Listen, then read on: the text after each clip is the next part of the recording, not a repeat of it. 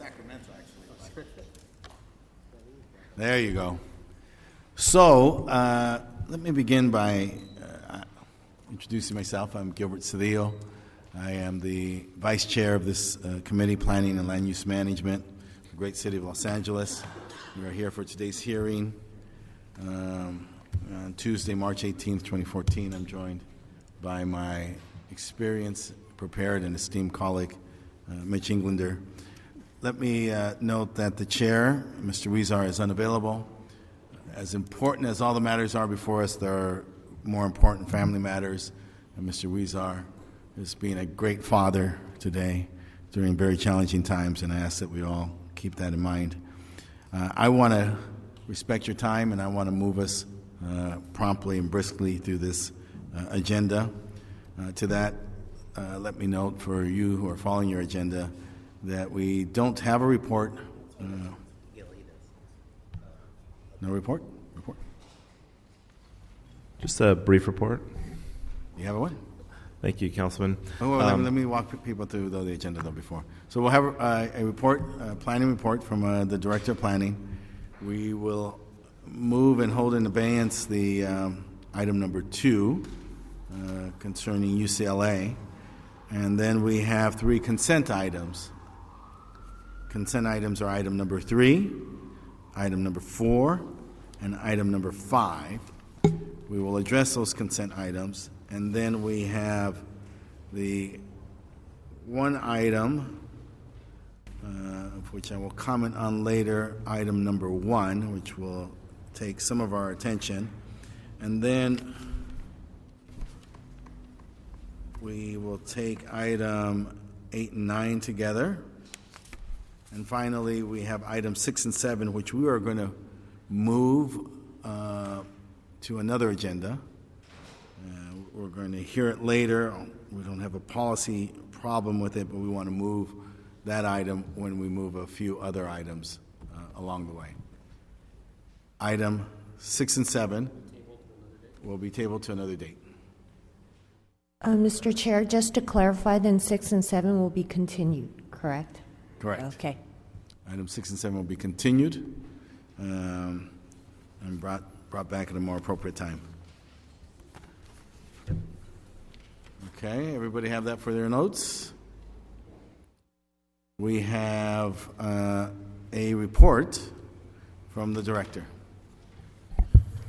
Thank you, Councilmember Mike Legrand, Director of Planning. Just a few quick items to report. This weekend in the North Valley, we had a very successful workshop on multiple planning items we're doing in the policy planning section of the department regarding the mobility element, as well as our Healthy Los Angeles general plan element.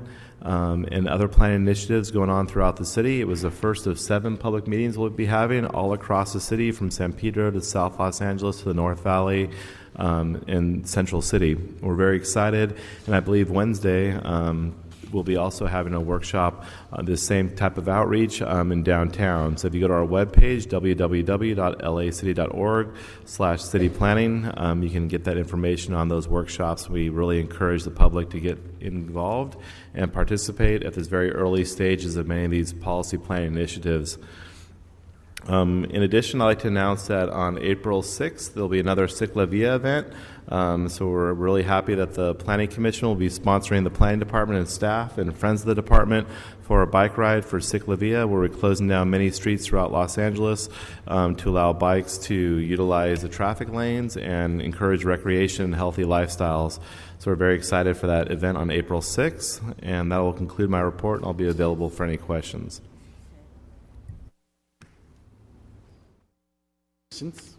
Just a quick question on some of the functional transfers that the mayor's been looking at.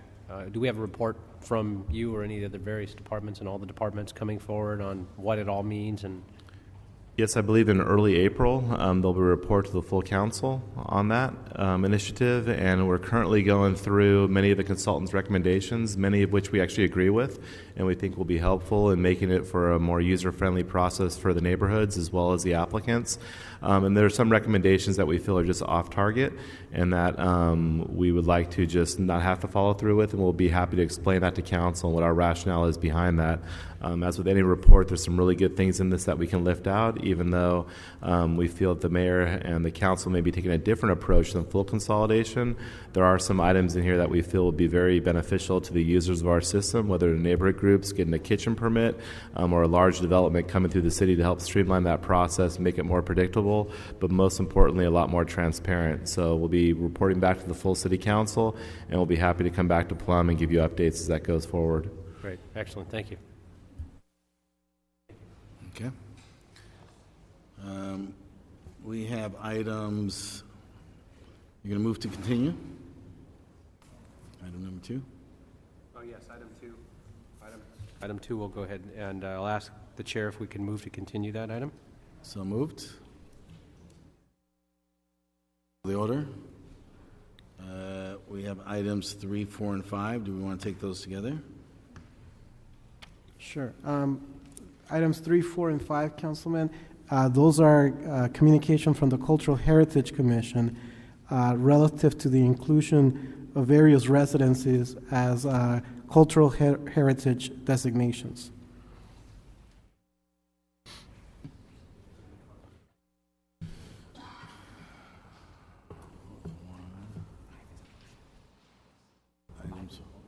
What items were they? Motion by Ms. Martinez. 3, 4, and 5, you said? Yep.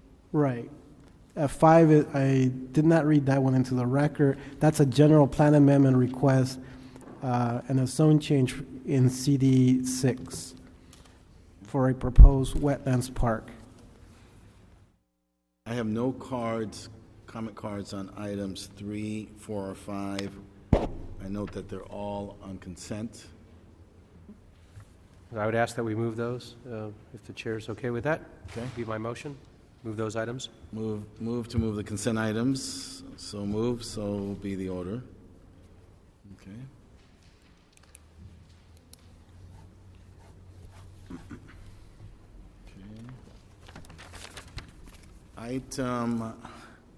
Item number 1, Cultural Heritage Commission recommendation to include Brentwood residents in CD 11, designed by Paul Williams, as a city historic cultural monument.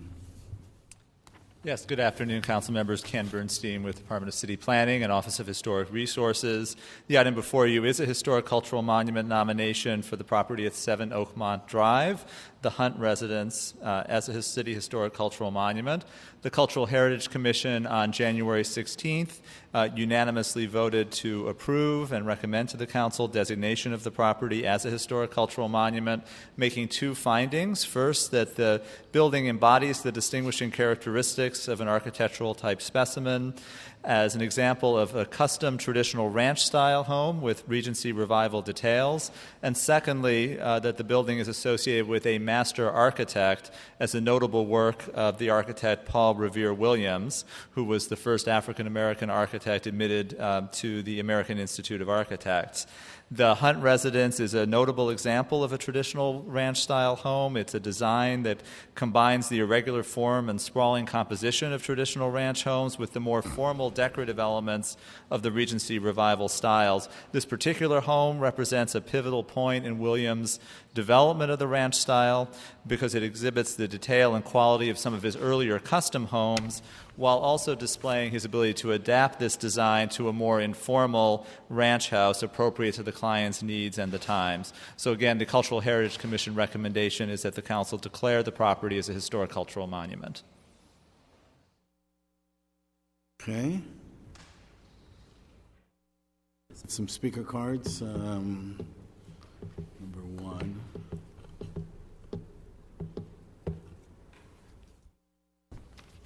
Okay, can I hear from Christy McAvoy? Is this redundant?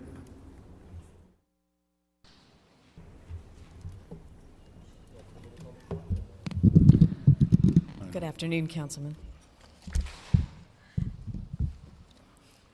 My name is Christy Johnson McAvoy. I am a principal of Historic Resources Group, a consultant that was asked to help prepare the nomination for this particular property.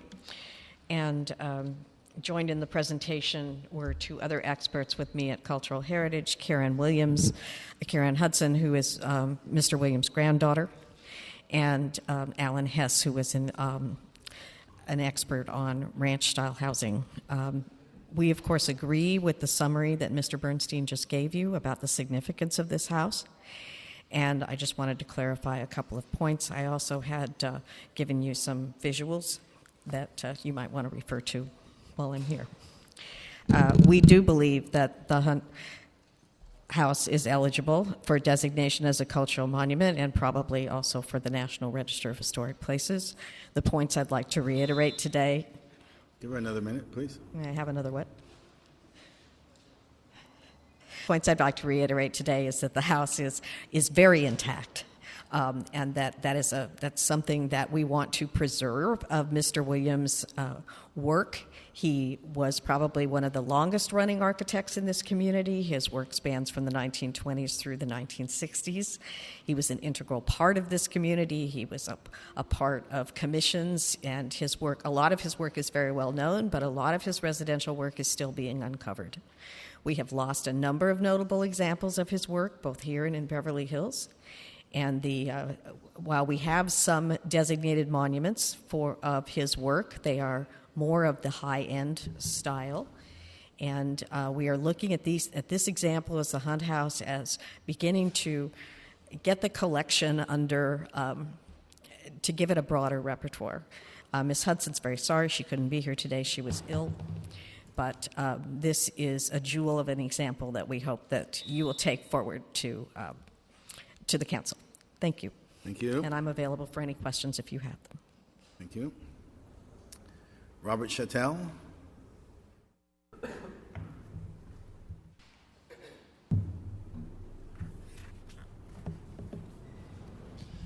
Good afternoon, council members. I'm Robert Chattel, Chattel Inc., Historic Preservation Consultants, and I'm here today representing the property owners. The property owner is not opposing the designation today, but I do want to point out some things about the process that's been a challenge for us. I'm a historic preservation consultant with 30 years experience. I've owned my own firm for about 20 years. With all due respect, I've never seen a process handled in the manner in which this was. It was very political and unfortunate, despite the fact that the property is clearly eligible, in my opinion. One of the things that would be most helpful to us as we start to look at the rehabilitation of the house is to have the original drawings that were presented to the Cultural Heritage Commission in a PowerPoint. Those drawings are held by the descendants of Paul Williams, and it would be most helpful to ask specifically that the family and the team working with the city allow us access to the high-resolution copies of those drawings. We've already started a set of as-built drawings. I think it's important to note that we're moving forward with concepts for rehabilitation of the house in conformance with the Secretary's standards for rehabilitation. There is a process for that review in working with the Office of Historic Resources. We expect that process to be apolitical, to not be a political process. We are not going to bring drawings of the rehabilitation of a historic house back to this commission or any other.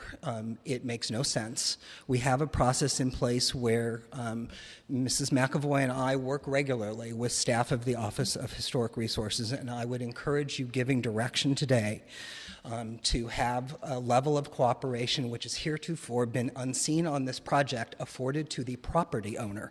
I think that that's very important direction as we move into a new phase. You know that the City of Los Angeles is currently implementing a citywide survey, Survey LA. It seems appropriate to me to also give direction today to ask that the context associated with master architects such as Paul Williams be brought forward and the property's designed by that architect be recognized.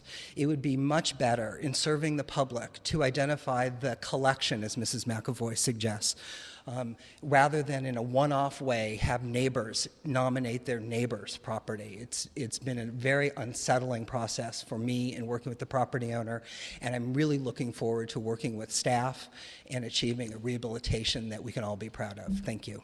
Thank you. Okay, Linda Dishman.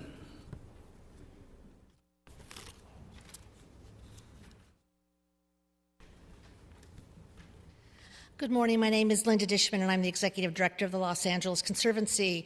We are here today in support of the nomination of the Hunt residents for Historic Cultural Monument designation.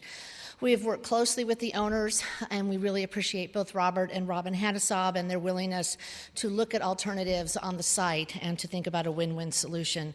We think that that is possible here, given the acreage on the lot and the way the house is placed there. We had a similar example the Conservancy was very involved with several years ago, the Castera Ward House in Bel Air, and that came to a win-win with actually a very large addition put on the rear of the building and became a house the size of all the houses in the rest of the neighborhood.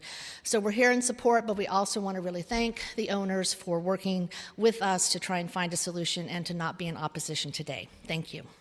Thank you. Fred Gaines going to speak on this. Thank you, Mr. Chairman. Members, Fred Gaines of Gaines and Stacy on behalf of the Hadasab Trust. First of all, our thoughts and prayers with Councilman Huizar and his daughter and his family. While my clients have decided not to oppose this, that does not make this process a fair and correct process, and it's been glossed over in the report you received as to what happened here.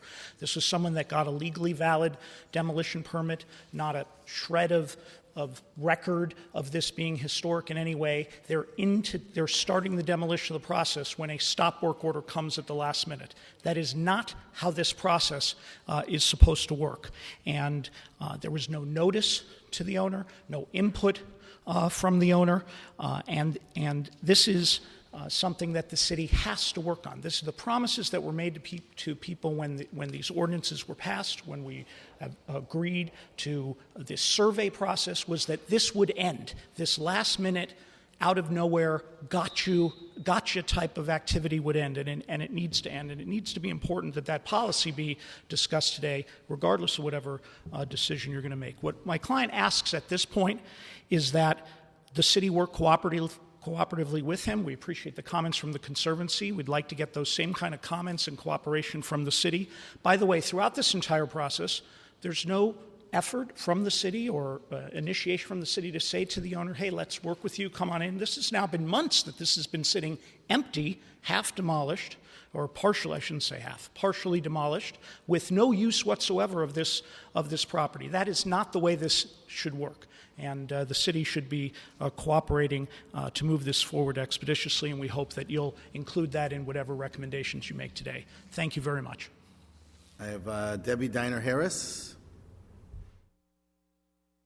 Good afternoon. I'm Debbie Diner-Harris, District Director with Councilman Mike Bonin. I'm here today to briefly say that the Councilman supports the Commission's recommendation for designation, and we also would like to thank the property owners for their cooperation and non-opposition to the designation. It's a complicated issue, and we appreciate that everyone's trying to work together as proactively as possible. Thank you. And finally, Mr. Hadasab. Robin? Okay. Questions, comments? Comments? Mr. Englander. Just a question for staff, or perhaps General Manager, if you could weigh in on some of the comments that were made by the speakers. How is it that the work order, a stop order, can just come in as it did? What happened in this situation, and is this uniquely uncommon, as one of the speakers, a council member from another city, alluded to? If you can weigh in on that. Sure. Mike Legrand, Director of Planning. This is a very unique situation. It was brought to our attention prior to demolition that there was regarding the historic significance of this property. As we are trying to go through the entire city and map our historic properties, it's a very lengthy process. So we had done our research and due diligence, and we had been aware of the possibility of demolition. And under the city charter, the director of planning has certain police powers we're able to invoke, and we invoke those police powers to initiate this process.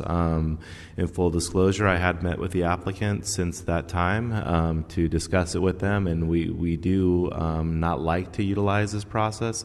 It's used only in extreme measures, but we did feel this is one of those cases that warranted us to take that extra step. But we are open to working with the applicant on solutions. This process itself, it isn't a negotiated process. It's something the council looks at and they either agree with and they approve, and then we move forward in terms of any future plans the applicant has. So the characterization that we're not working with the applicant is actually unfair in this process. The designation process is separate from any kind of future plans for revitalizing his home that the applicant or that the property owner may have. But we do recognize that this is a unique process and it's something we take very serious, and we reviewed very carefully before we initiated this process, but felt it was worthy to have the opportunity for the city to decide whether or not this should be preserved.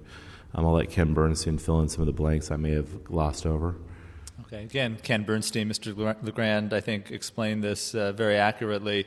This is not a step that, as a department, we would take very lightly because we take very seriously, obviously, the public process, the rights of property owners in our historic designation process. In this case, this property had been identified through Survey LA, our citywide historic resources survey. Through our field survey process, we were at a point where that survey work had just recently been completed. The results had been made available to our office, had not yet been released and finalized, but that property had been identified as appearing eligible for designation. Paul Williams is a uniquely significant and iconic Los Angeles architect, a homegrown architect here in Los Angeles. As Ms. McAvoy indicated, we have lost many of his significant historic resources. So we only became aware of this at the 11th hour, and under the city's cultural heritage ordinance, the director of planning may initiate historic cultural monument applications, and both the staff of the Office of Historic Resources and the director felt it was prudent in this case to take a deep breath, to take a close look at this property before demolition proceeded, which of course is irreversible, and that's what occurred here. We've been working very closely with all sides and with the property owners since that time.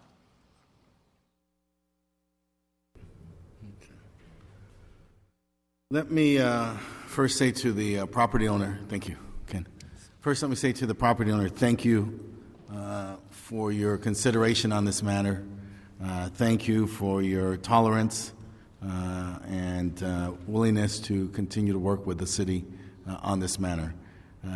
This is no doubt an extraordinary matter before us, but we have to recognize that where this takes us is where we've been talking about since at least I've been here, a need for some template, some process, some procedure where the notice and the concerns that will be raised with respect to historic preservation are done at the front end, that a developer, that a homeowner, a property owner doesn't encumber a whole series of costs, planning, purchases, etc., and then at the 11th hour be told that they can't go forward.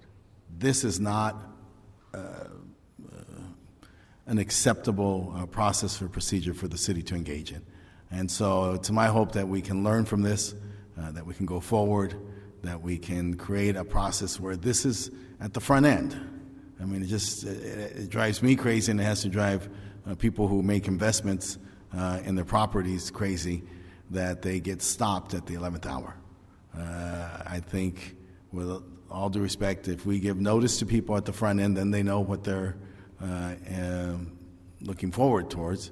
But if we don't do it, it's got to be incredibly frustrating for property owners, large and small, to proceed with a process that they think they have approval of, and then at the end, everyone's frustrated, whether it's in the Superior supermarket, where one end somebody goes all the way down the process and then we get a result, not everybody's happy, or it's in this instance where you have a homeowner who thinks they're going to go forward and make some changes and then finds out at the last minute they can't do that.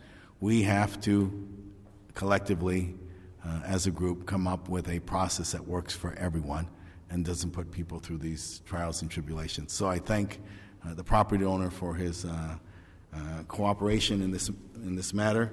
I suggest that we continue to work with the property owner, very willing to work with us, that we recognize that his willingness to work with us and that we work with him as the property owner.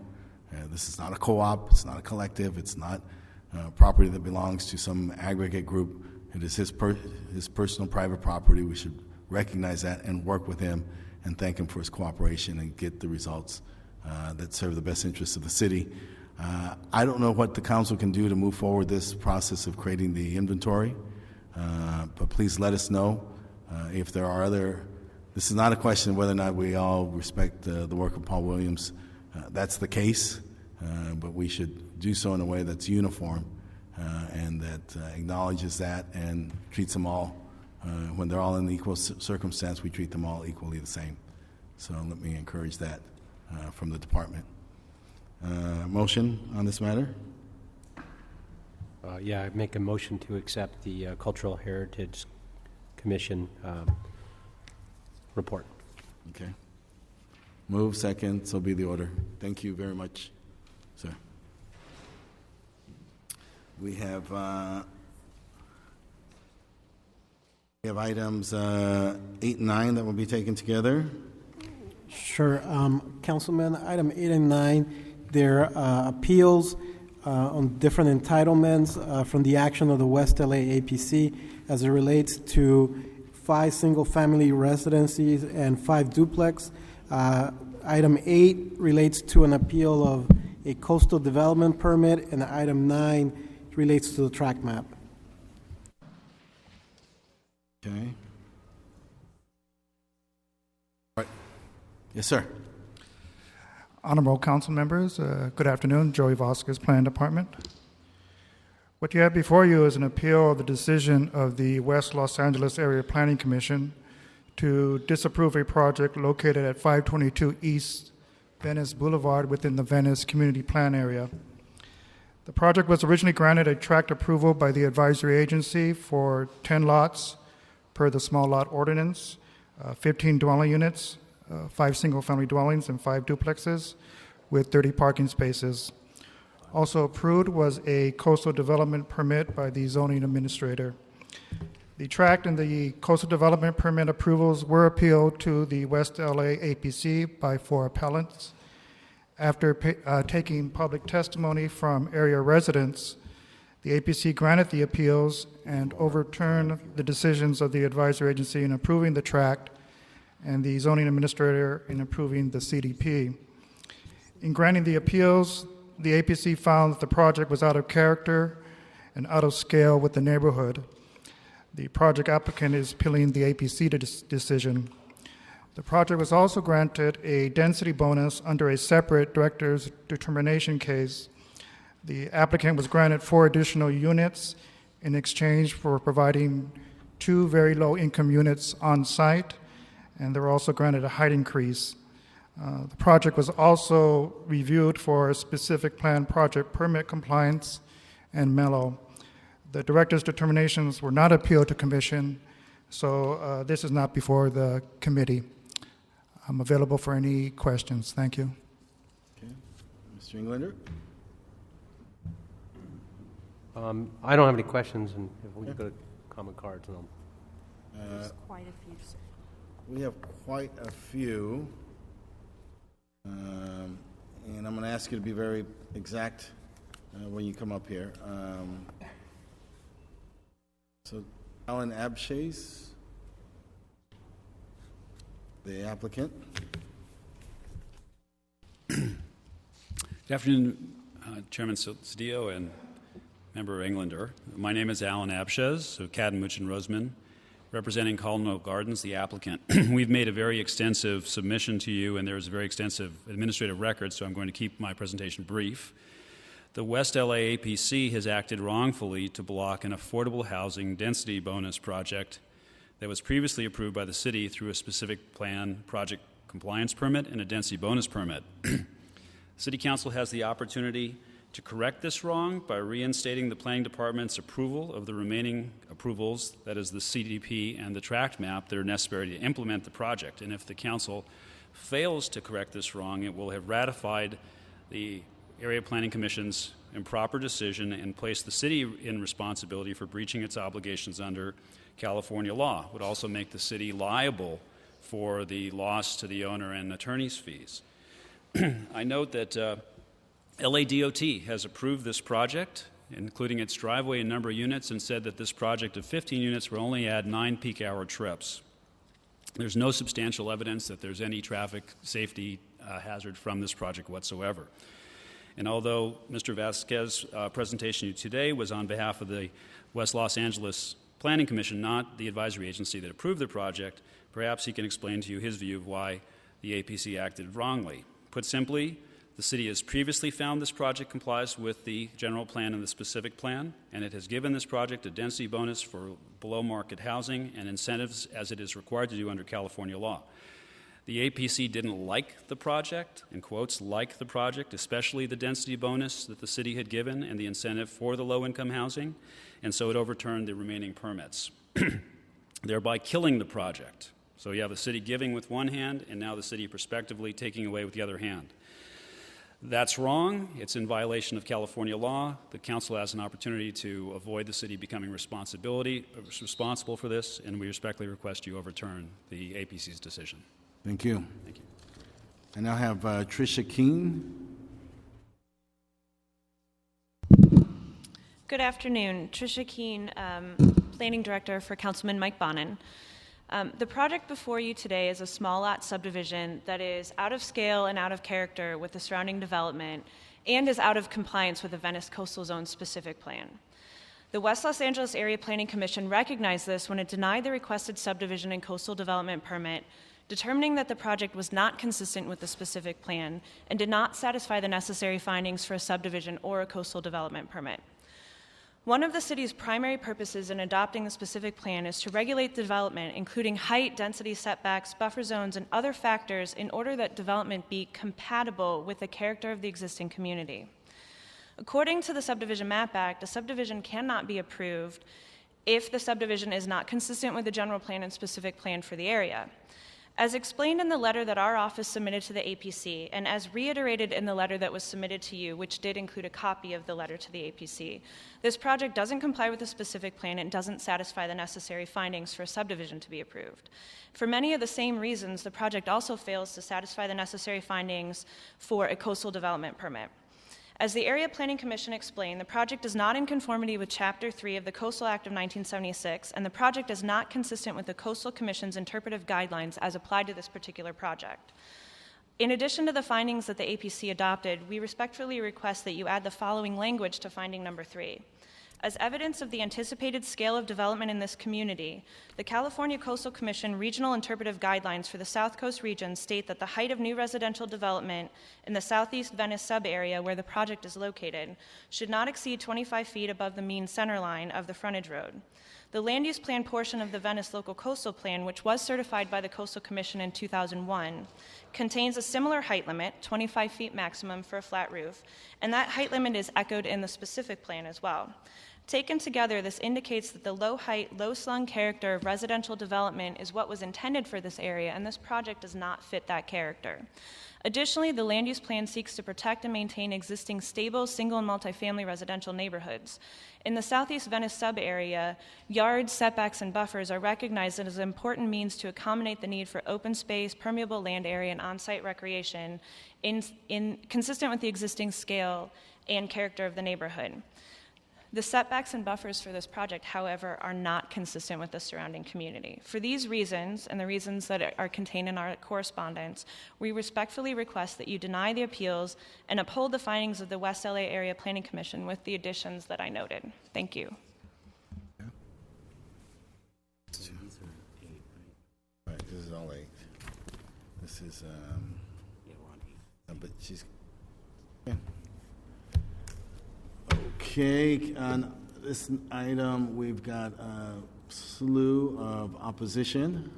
So I want to invite you to come up and be as exact as you can be. Allison Mills Bean. Yes. A minute? Is that okay? 30 seconds? I'm one of 4 of the original appellant neighbors, so we were requesting that we could speak a little longer than the public. Is that possible? Just wait. Okay. Okay. Okay. Thank you. Hi, I'm a neighbor. I own the cottage directly across the street from the proposed site. And when I first got the notice and saw that it was going to be 40.3 feet in height, I had never seen anything like that in our neighborhood. It's very residential. There's a lot of families and children. So I called Debbie Diner Harris and I asked what was going on, and she said that there was some state law, and none of us were notified of that particular appeal, the Density Bonus Act, which is why it was never contested. Nobody knew about it. None of the neighbors got notice of it. So I then spoke to various neighbors, and we all got united. It's a very dangerous corner. I've witnessed 2 bike accidents myself. My grandchildren are at that corner all the time. And the scale of the project is so against the feeling of Venice as a neighborhood. There's a picture here of the wall that I would be facing, this big brown wall with no windows, I'm sorry, that's the end of my time. I'm not a lawyer, I don't know the language, but anyway, we're just, Unifying your opposition is well appreciated. Thank you. Fred Ryan. Sarah Dennison, please get ready. Thank you. Robin Mures after that. How are you doing, Fred? I'm reading a letter from Howard Codwell, who is a direct neighbor of the project. Dear Appeals Commission, I live immediately next door to 522 South Venice Boulevard. My address is 605 Mildred Avenue, Venice. I've lived there and used this address, which is posted on the gate, for over 5 years.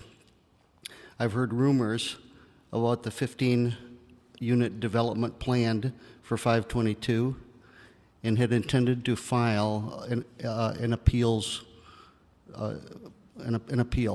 I did not get any kind of notice of the appeal and only learned after the deadline had passed from neighbors that I should have gotten this notice and should have been able to appeal the density bonus aspects of the project. Apparently, the process was so flawed that no one knew to appeal. A few of my specific concerns are the project design would place a 40-foot tall buildings higher than any around that would cast shadows and eliminate all privacy for my home and garden. The driveway would send car and truck noise, rumble, and carbon fumes directly into my living room and patio. The addition of 15 units with 0 guest parking would put an unreasonable burden on all of us neighbors. The 30-car driveway would add congested to an already unsafe, narrow street corner. Fred, thank you. I've got the That's it. sentiment. Yep. Okay. Thank you. Excuse me, Terry Kaufman, Mesilla City Attorney's Office. If people are bringing photographs and they want them entered into the record, they need to give the documents to the city clerk. Sarah Dennison.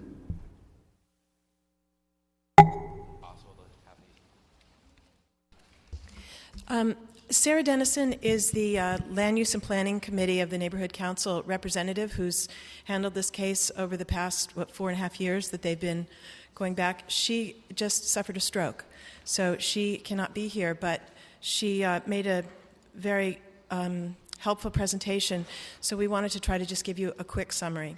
And I'm just going to give you one little brief comment that she made, and then you'll get the statements of law from James that she had put together for you all. I just want to bring up, she had said, the appellants have a history of ignoring city rules going back many years. The property is occupied by a church building registered with city as having residential units, but it is currently used for office space. The appellants erected an illegal fence around public property that had been designed for Venice public open space, posted sightline issues for cars turning the corners on Venice Boulevard, Mildred, and Ocean. They did not remove the fence, and despite multiple complaints by neighbors. The project has been heard by LUPEC and the VNC 2 times and voted down due to the appellant's refusal to consider community recommendations. When the most recent revised design application was submitted to the city, LUPEC requested that the appellants return a 3rd time, but they refused to meet with LUPEC or the VNC or to provide the revised plans or any other documentation Sarah. requested by either body. So it's in. It doesn't conform with the Venice Specific Plan, the Coastal Commission plan, and James has that information. Turn your letter in and send our warmest thoughts to Ms. Dennison. Good You afternoon. are? My name is James McCullough. You're not up. am James, gonna I'm sorry you're not up yet. I have to call you. Oh, sorry. Okay. I had asked Robin Muris. Robin? You're Robin? Can I come back up in a moment, just because of this whole confusion in the schedule? I'm sorry. Robert Mitchell. Robin. I'm sorry. Get ready. Robert Mitchell. Well, look, we've got a very big list here. Opposition is evident. You have to decide. You want to win this and go home with a victory, or you want to give a speech? Okay? So the opposition is very abundant here. It's very clear where the council member is, where you guys are. So just decide what you want to do.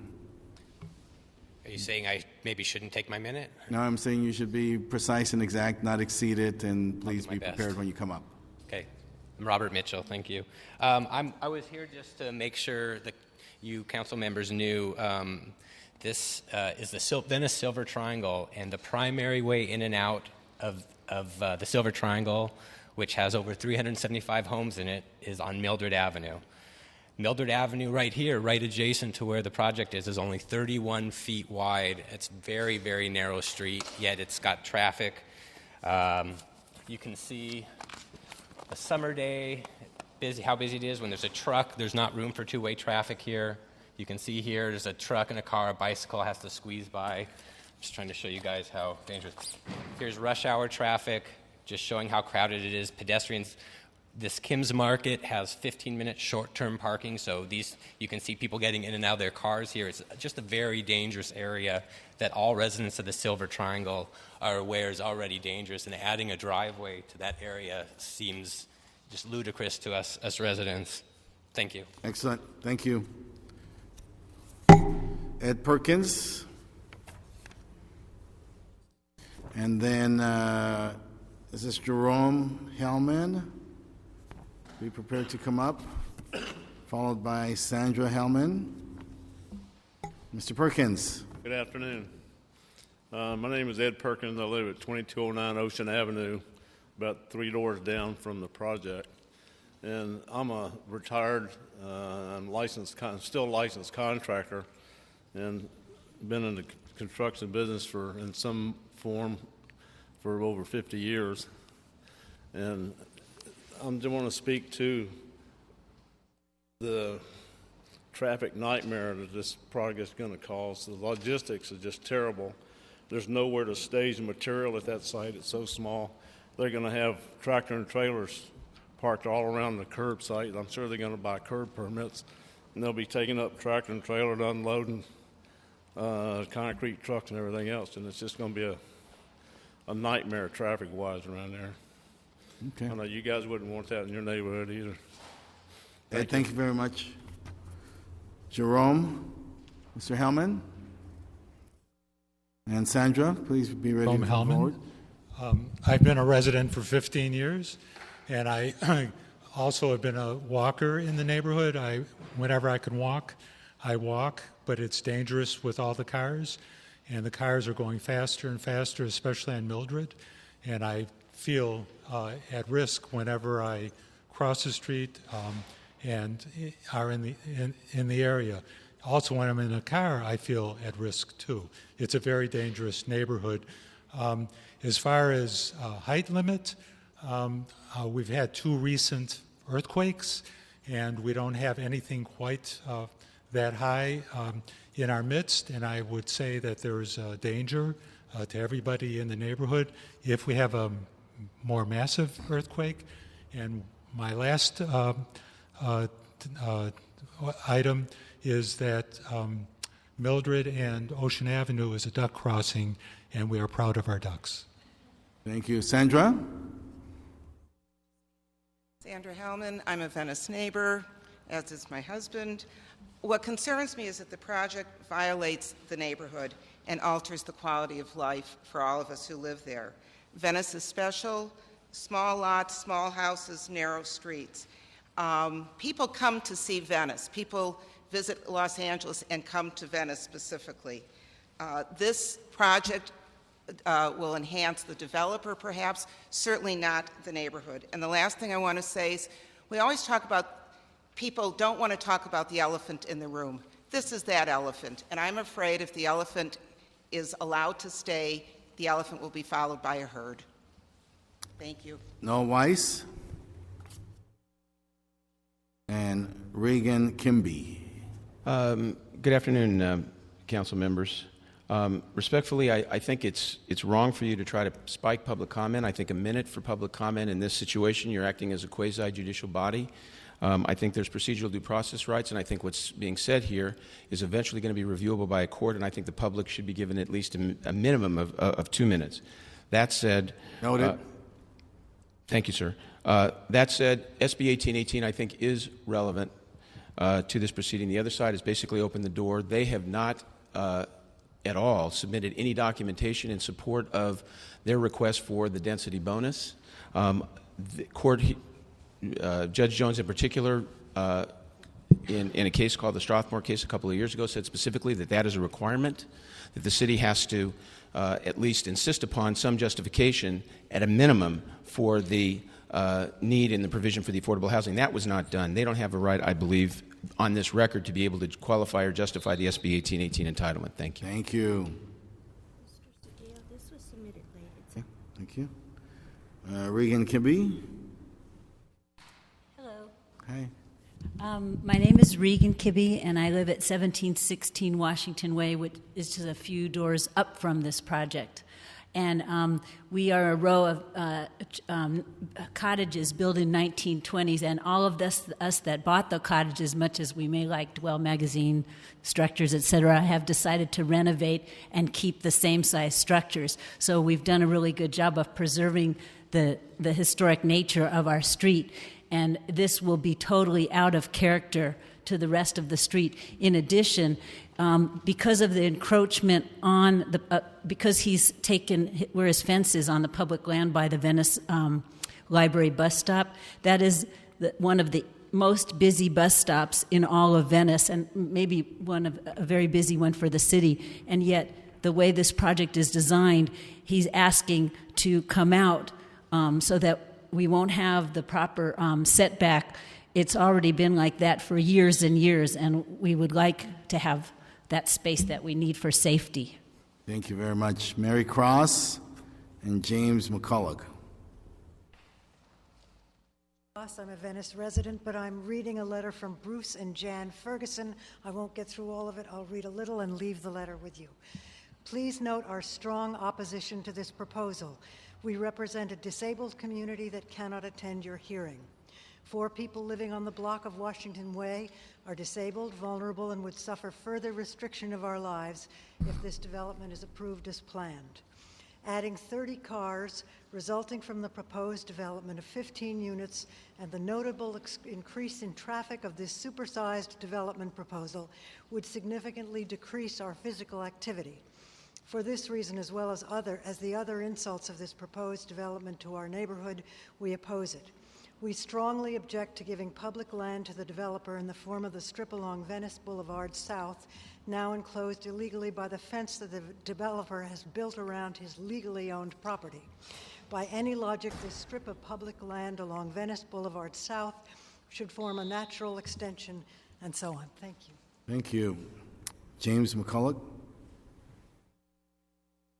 James and Sarah Shoup and Martha Margowski, please be prepared to come up. Hello, I'm James McCullough, and I live across the road from the development at 2205 Ocean Avenue. I was asked to read Sarah Dennison's letter as she's not here due to health reasons. Due to the time constraints, I'll read a summary of the letter and then submit it afterwards. Basically, her letter summarizes as saying that this development is in contravention of a number of sections. The Venice Coastal Zones Specific Plan, Section 3F, the purpose, which is it's too high, too dense, no buffer zone, no frontage streets. Section 8C1, not compatible in scale and character, detrimental to neighbors due to blocked sunlight, increased traffic, and safety hazards. Section 9C, roof access, structures closer to the back than to the front, visible from the library and Venice Boulevard. The Local Coastal Program, Chapter 2, Policies, 3050-250 and 3050-251 has significant adverse effects on the neighborhood. And that's what I got. Thank you. Sarah? My name is Martha Margovsky, and I live in the neighborhood. I want to specifically address the danger of the section of Mildred where the parking garage will enter, where the cars will enter and exit from the parking garage. Contrary to Mr. Abshez's remarks, that is indeed a dangerous section of the road. I myself have had my car damaged when a car entering that section didn't pause for me to traverse the section. The section is too narrow for two cars, in fact, to pass without slowing down and pausing. It didn't pause, it scratched my car, and I had to have the damage fixed. I also want to note that the city understood that intersection to be a dangerous intersection. Back at least in the 90s, it put up a no left turn sign at the corner of Ocean and Mildred, which is where you enter the section where the parking garage will be, to try and prevent two-way traffic from going into that section. It didn't work because the neighborhood has only two major exits and entrances, and the neighborhood objected, and they eventually removed the sign within a matter of months. But the city knew it was a dangerous intersection. Thank you. Jay Cole? Are you Sarah? Come on, Sarah. Jay, you're next. Good afternoon. My name is Sarah Shoup. My husband and I own the property directly across the street from the proposed project at 2205 Ocean Avenue. And there are two things that are very big concerns of ours. Firstly, at most, is the safety risk that, as you've heard over and over again. But I personally, in the last 2 months, have witnessed two accidents, one by a cyclist and one by a pedestrian. This morning, one being the pedestrian got hit by a FedEx truck. It is a very dangerous intersection while crossing Mildred and Ocean Avenue. And adding more cars to that with the driveway is very, very scary thought to see what other type of accidents could occur and at what extreme they would occur. Secondly is that Venice is a very special neighborhood. The character of it is what brings tourists here year-round. It's the second most visited place next to Disney World. And we'd like to preserve that.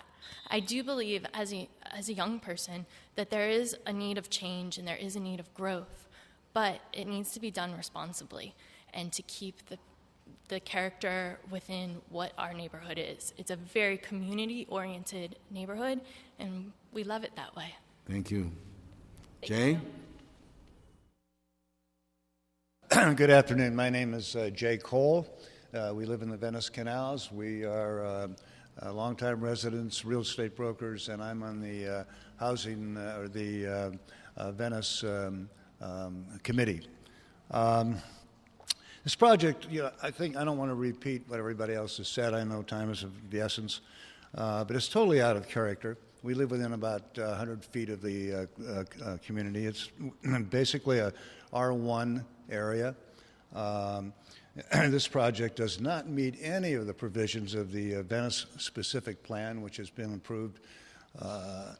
It's the setback requirements, the traffic, all the things that have already been said, I reiterate. But I think the most important thing in conclusion is that the affordable housing density bonus, as I understand it, does not obviate the requirement that a project must comply with other applicable laws, such as the Venice-specific plan, the map app, and so on and so forth. So all the existing laws apply to this project as I understand it. The community of Venice is totally against it. Thank you. Thank you. C.J. Cole. Carolyn J. Cole. Hi, I'm the other half of that, so I'm also a business owner and property owner and blah, blah. I really am talking more in general against the small lot subdivision, which has become a boon for Venice developers and has not created more affordable housing for the community. In fact, the average sales price of the last 13 small lot subdivisions properties that sold over the last 2 years, the average price was $1.7 million. Okay? This is not a situation where anybody has any kind of a hardship. Okay? This particular property was purchased for $525,000. And now he's proposing to put, I guess, 15 units that might sell for as high as $1.7 million or even higher each, yeah. But I just really request that this be denied. Thank you. Okay. Did Sarah speak? Sarah Soup? You spoke. Thank you. I have, after the deadline, Dan McNary registering his opposition. Orson Bean registering oppose or support? Opposition. And Nico Marla Wright, oppose or support? Oppose. I just wanted to Got it. Hope that you guys look at it before you would make a decision. Got it. I think you'll agree with us. Okay. Thank you. And Robin Mures, you were the original one. Mr. Englander? Where are we? Yes. Motion. And after hearing all... Did you want Dan to come up or? No. No. Shall I speak now? I'm sorry. You already Didn't did. you speak? No, I'm Robin Mures. I stepped away, and you said you would call me back to come back. Right, you weren't quite ready. Okay, go ahead, Robin. Okay. Final words. Now, we know people don't like it. We know that they don't feel it's consistent with the nature of the neighborhood. We know what the height limit concerns are. There's a dangerous corner. So if you got something different than that, I'm happy to hear that. I'll give you some numbers. They've represented that they are consistent with setbacks, but in fact they are very far off of what the actual setbacks are on the neighboring buildings. So I will hand these to you. And this shows that the 1- and 2-story buildings from Ocean to Abbot Kinney are at least 25-foot setbacks, if not 50. And this will let you see that. I'll also distinguish from, they have represented that they would not be more imposing than others, when in fact the other properties around, across the street is the library. It's, again, way far setback. So these are images that will let you see how, in fact, other properties are much farther back. And these are some of the dangers that are presented on Venice Boulevard. You've seen it from the Mildred sign, but it's quite real and significant. So that's why you're hearing from so many of us. We're concerned. We love our community. We're totally in favor of development. It just needs to be suitable to be safe and complementary to the community. Thank you. Yes, Mr. Englander. Yes, Mr. Chair. I'd ask that we, therefore, after hearing all the public comment, uphold the APC decision with the modification language suggested by the council office and deny the appeal. Terry Kaufman, Macias, if you're going to make the motion to include the findings, perhaps the council deputy could enter those into the records, and she has it written down. She read it into the record. Yes, I thought those were entered. If not, please, yes, if we can have the that is part of the letter that was submitted. Yes. But Okay. But at this point, for the appeals, they're listed. One is an appeal on the vesting tentative track, and the other for the coastal development permit. So it's probably best for clarity to have 2 votes, one for each appeal. That's fine. Then I would ask that we bifurcate those both and. Yes, correct. Great. Do we need the 2 findings read in, or they're just as a matter of record? They were read into the record, but to make it easier, the written version was now handed to the clerk. So Awesome. So now we have the findings have now been submitted to the clerk. They've been read in as a matter of record, but also we have them in our possession. I am taking a motion, Mr. Englander. Yes, then to uphold the APC decision with the modified language and the findings that they've been submitted by the council office with those modifications, and to deny the first appeal on the coastal. What is the coastal development? The coastal development permit. And that would be the appeal that was filed by Calnell Gardens. Correct. Okay. So moved. Seconded. So be the order. And then ask, Mr. Chair, that we also go ahead and deny the second appeal as well. On the track map. So moved. Seconded. So be the order. Great. Thank you. Okay.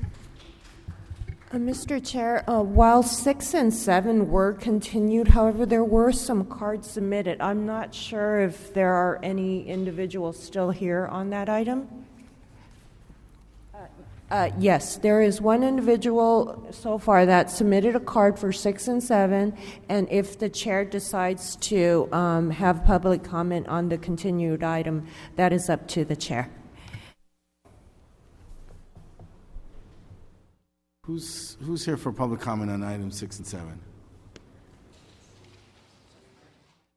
Are you available for when we read? Okay. Thank you. So, Mr. Haynes, you are also submitted a card for the general public comment part of the agenda. Would you like to speak on it before the chair adjourns? Sure. Hi, my name is Doug Haynes. I'm here speaking on behalf of the East Hollywood Neighborhood Council on everyone's 2 subjects. First, everyone's favorite subject, marijuana dispensaries. Last week, the city attorney came out and said 100 pot clinics have been shut down. I've been coming before this commission for 5 years asking to shut down one dispensary in our community that's on non-conforming residential land. And for 5 years, it hasn't been shut down. None of the dispensaries have been shut down. I'm sorry Michael Legrand has left. Initially, we were told there were not enough ZAs in order to go to planning department and look into these issues where businesses operate on non-conforming residential land. But now we're fully staffed with ZAs, and there's an opportunity to take advantage of that. And I would appreciate if perhaps this committee would do so, because we're saturated. We have within a 12-block area 50 dispensaries, and I'm sure you do also, and it's very frustrating to us. The second thing I wanted to talk about real quick is the mayor has stated that he's going to Sacramento to save film jobs in Los Angeles. I've worked in the film industry for 25 years. Deluxe recently announced that it's closing, a lab that's been there since 1926. It was originally the site of Fox Studios since 1916. A developer has come in and purchased the property for a small lot subdivision. We need to save industrial land. The erosion of industrial land in Los Angeles means the fleeing of film industry jobs. When I came here originally in 1989, there were boutique operations throughout Hollywood. There were 100 businesses, thousands of people working on a regular basis in the film industry. Almost all of that is gone, and it's because we're losing our industrial land. For Deluxe, I would, since this developer he's never developed anything. All he does is flip properties, and taking advantage of what we have is a minuscule amount of industrial land left is shameful in this community. I hope that the city can work not only to go to Sacramento and ask that film credits be extended, but also that we save the industrial land in our cities so people like myself and others can have good paying jobs. And Deluxe was paying $50 to $60 an hour for their established workers, and that's all gone now. Thank you very much. Thank you for bringing that to our attention. Thank you. All matters addressed? Motion? Move to adjourn, so be the order.